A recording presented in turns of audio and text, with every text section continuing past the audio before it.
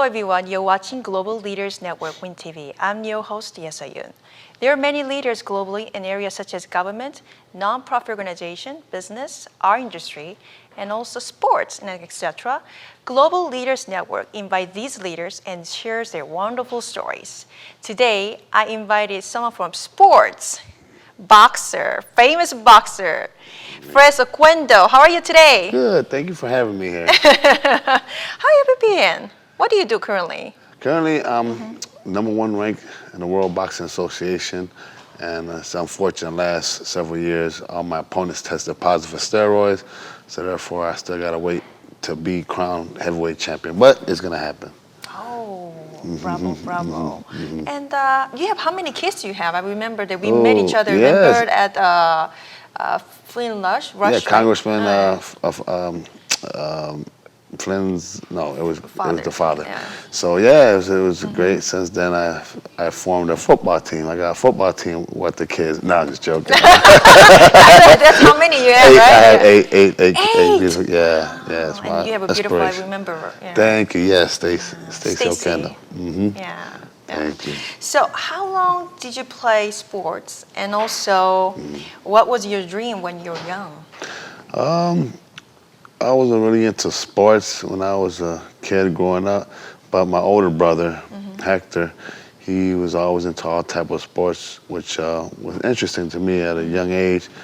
But he was the one that played baseball, basketball, football, and then he started the sport of boxing. And at that time, I was 13 years old, and he used to always bring nice-looking trophies to the house and to my mother, and I was just like, wow, just amazed, wow. Playing sports, you get rewarded with nice trophies, so that motivated me to be a boxer.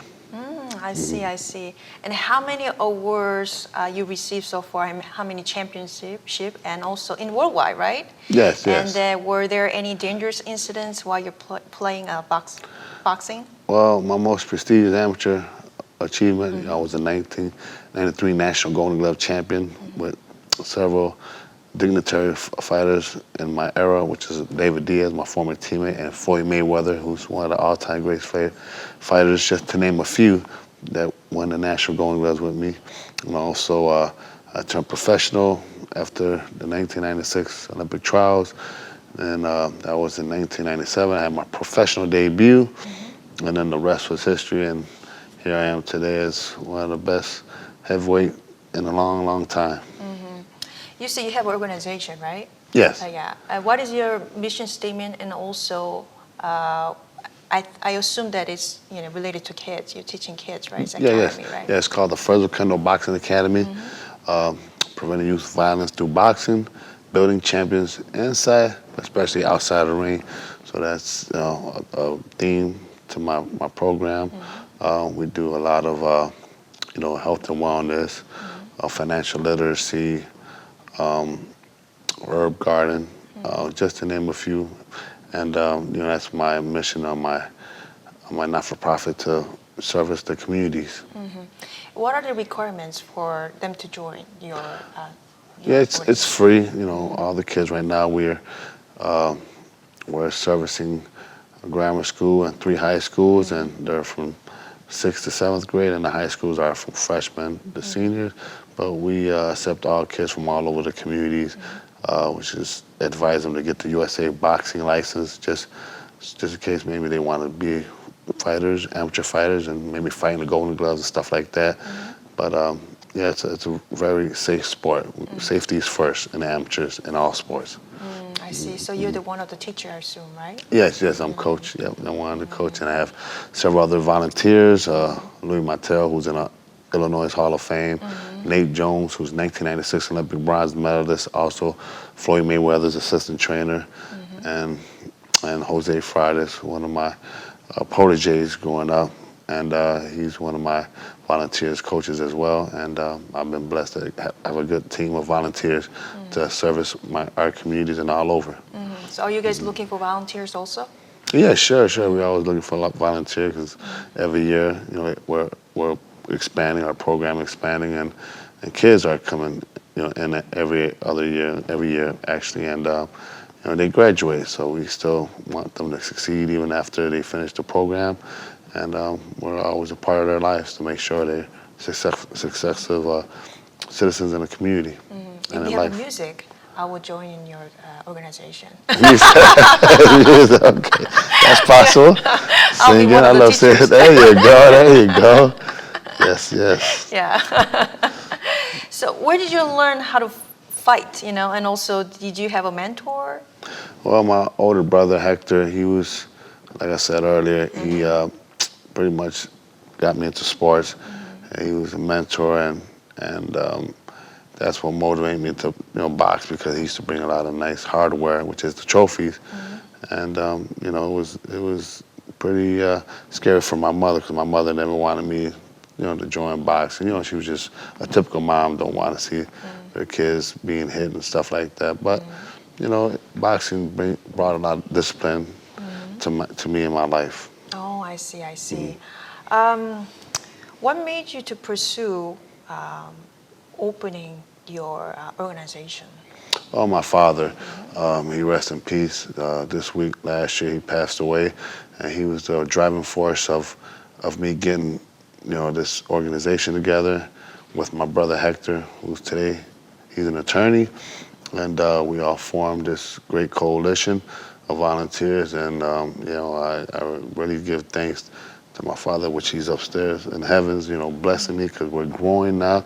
We're having our first inaugural Benefit of Champions, benefit coming up September 27th, and it's going to be a very, very nice night, especially in my dad's honor. Do you have other, visions for your life and also your organization?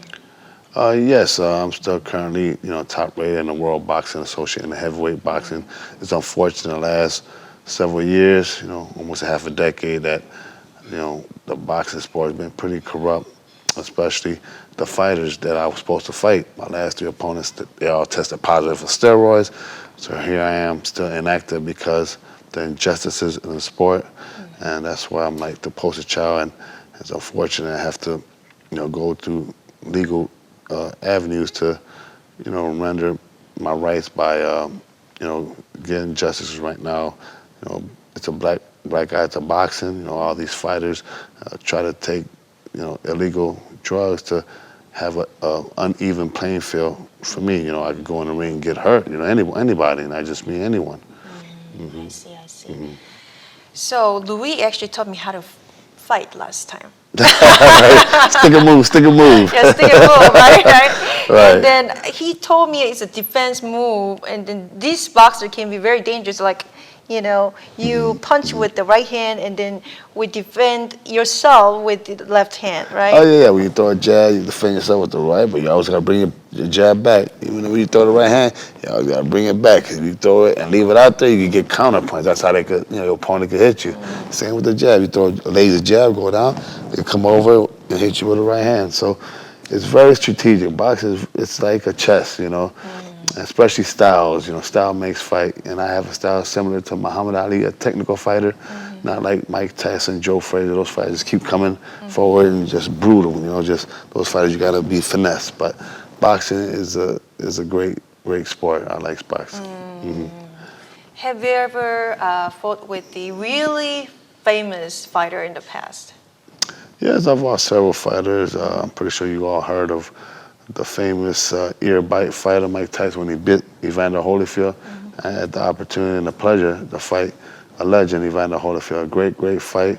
Even though in that fight, was supposed to have been postponed. I was at the UCLA hospital. I got admitted because I had 103 fever, and it was days before the heavyweight championship fight, but it's my only chance of opportunity, so I didn't want to risk it. So I kind of risked my life by not obeying the doctor's orders and ended up fighting Holyfield, but I still put on a great performance. Even people in San Antonio, where I fought at the Texas State, I thought I won the fight, and it was controversial, decision, but the good news is I gained a lot of notoriety, and everybody know who I am. Of course, everybody knows who you are. So walking here, everybody said, "You look so familiar." Maybe seen my ESPN, HBO, Showtime, Fox. I've been All over the everywhere. network. I've been blessed with In boxing. worldwide. Worldwide, correct, yes. Yes. Even Chechnya, in Grozny, Chechnya. I was in, Russia, which is a great, place because the president, Kadyrov, even though he gets a bad name, but he treated me very nice. He took me to his palace, and that was my last championship fight. It's been almost 5 years. Like I said, I was supposed to be champion since that fight, but because of all the injustices, all these fighters testing positive for steroids, still, it just, we got to change that, the sport to make sure everybody stays clean. And the, all the boxing commissions, especially the WBA, the World Boxing Association, they got to do the right thing and stand up to us, the fighters that risk our lives every day, training to feed our family, and to be successful and help others like myself. I love giving. I see. Do you still recommend boxing to others, even though it is sometimes really dangerous sport? Well, I recommend it to a lot of youth. I mean, the dangerous part, like I said, is people that does it, unrealistically. I mean, boxing, the safety in amateur boxing is number one. And like I said, we always put headgears on, bigger gloves, starting with the younger kids. I started when I was 13 years old. And these are stuff that you got to implement boxing safety first. So it's not dangerous. You get more head concussions and more injuries nowadays in football. I love football. Football was my first love before I started boxing when I was a kid. I love football. But lately, football, a lot of people have been having major accidents, retiring early, just like this great football player from Indianapolis close.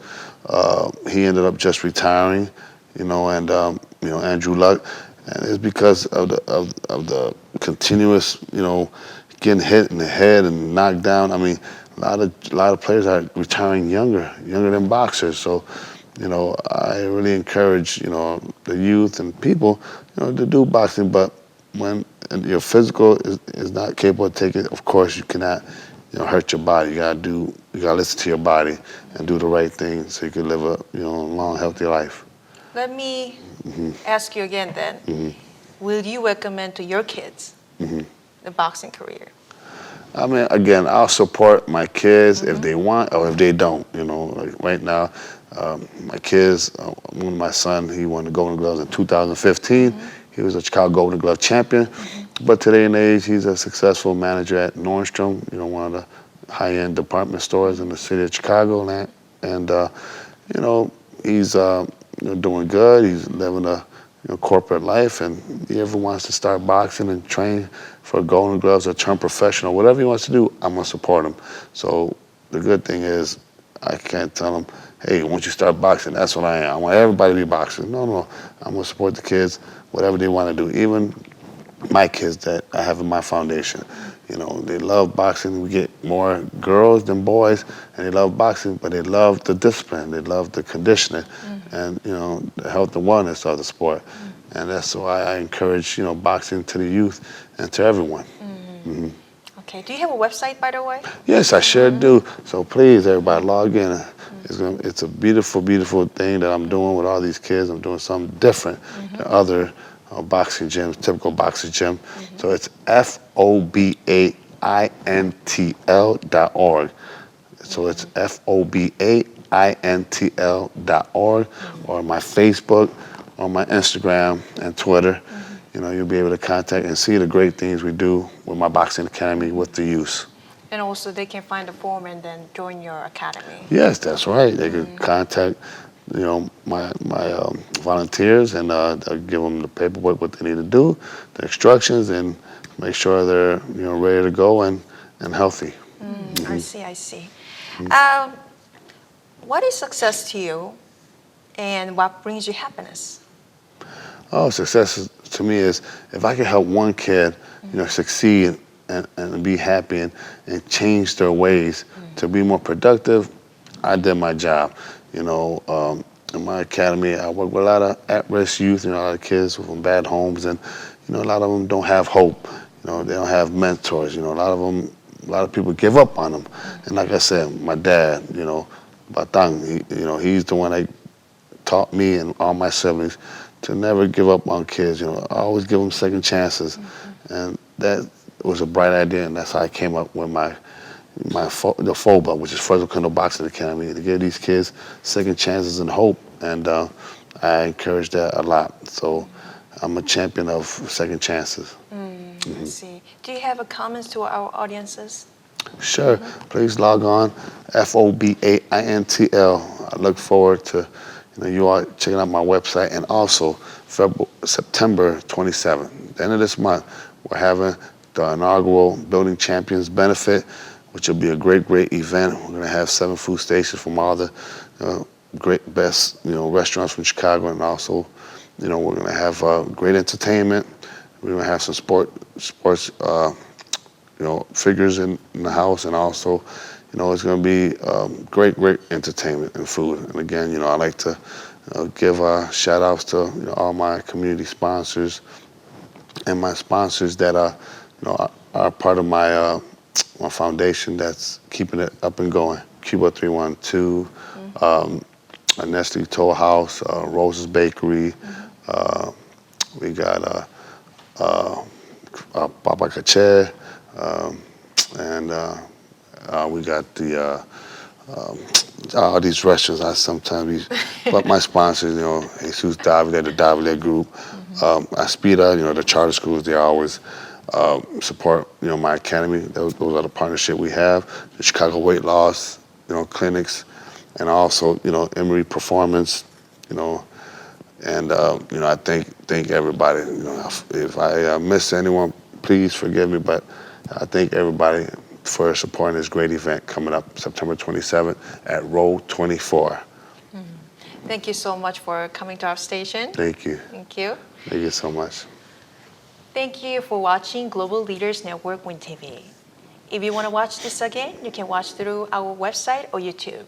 And don't forget to subscribe us. I want to see all of you next Thursday, 9 p.m. Until then, have a great week. Bye-bye, everyone.